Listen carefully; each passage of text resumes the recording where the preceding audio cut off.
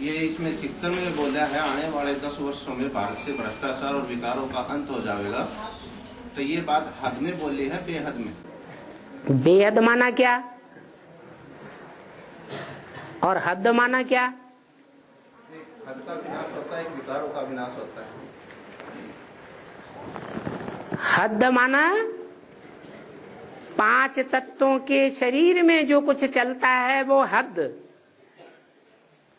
और मन बुद्धि रूपी आत्मा में जो चलता है वो है बेहद। तो बाबा ने बोला है कि बेहद के बाप बेहद के बच्चों से बेहद की बातें करते हैं। हाँ जी। तो ये माउंट आबू में जो जमीन लेनी है वो हद के माउंट आबू में लेनी है या बेहद के माउंट आबू में? बेहद के माउंट आबू में जमीन कौन सी होगी? बेहद के माउंट आबू में जमीन कौन सी होगी? वो बेहद की जमीन बताओ। नहीं, यही पूछना है ना कि हद की जमीन नहीं, हमें नहीं पता इसीलिए पूछ रहे हैं।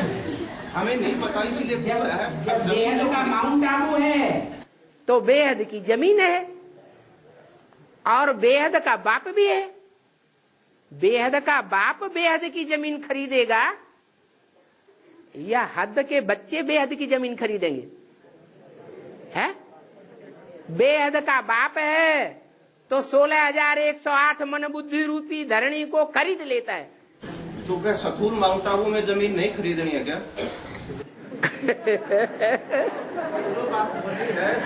अरे तीर्थ स्थान किसको कहा जाता है? बड़े से बड़ा तीर्थ है माउंट आबू। तीर्थ माने ऐसा किनारा, ऐसा ठिकाना जो आखिरी ठिकाने लगा दे। दुनिया में मनुष्यों के, हिंदू मुसलमान सिख ईसाइयों के जो तीर्थ हैं वो आखिरी ठिकाने नहीं है।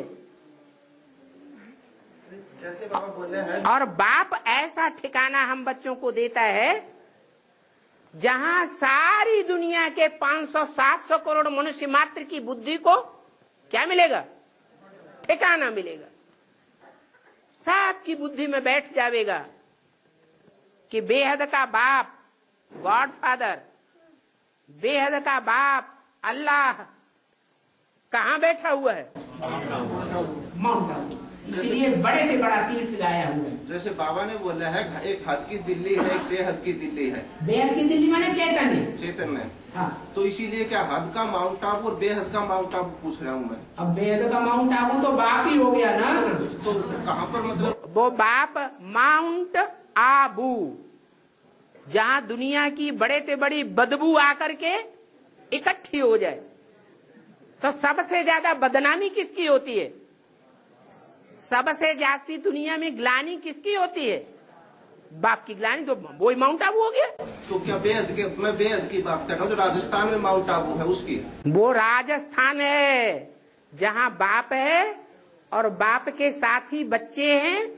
वो राजाओं का स्थान है, राजाओं का संगठन है। वो बेहद का राजस्थान है। वो हद का राजस्थान। तो हद के माउंट आबू के जो राजस्थान में जो हद का माउंट आबू उसमें जमीन की बात, मैं स्थूल जमीन की बात कर रहा हूँ। स्थूल भी चाहिए और सूक्ष्म भी चाहिए। सूक्ष्म परम धाम भी है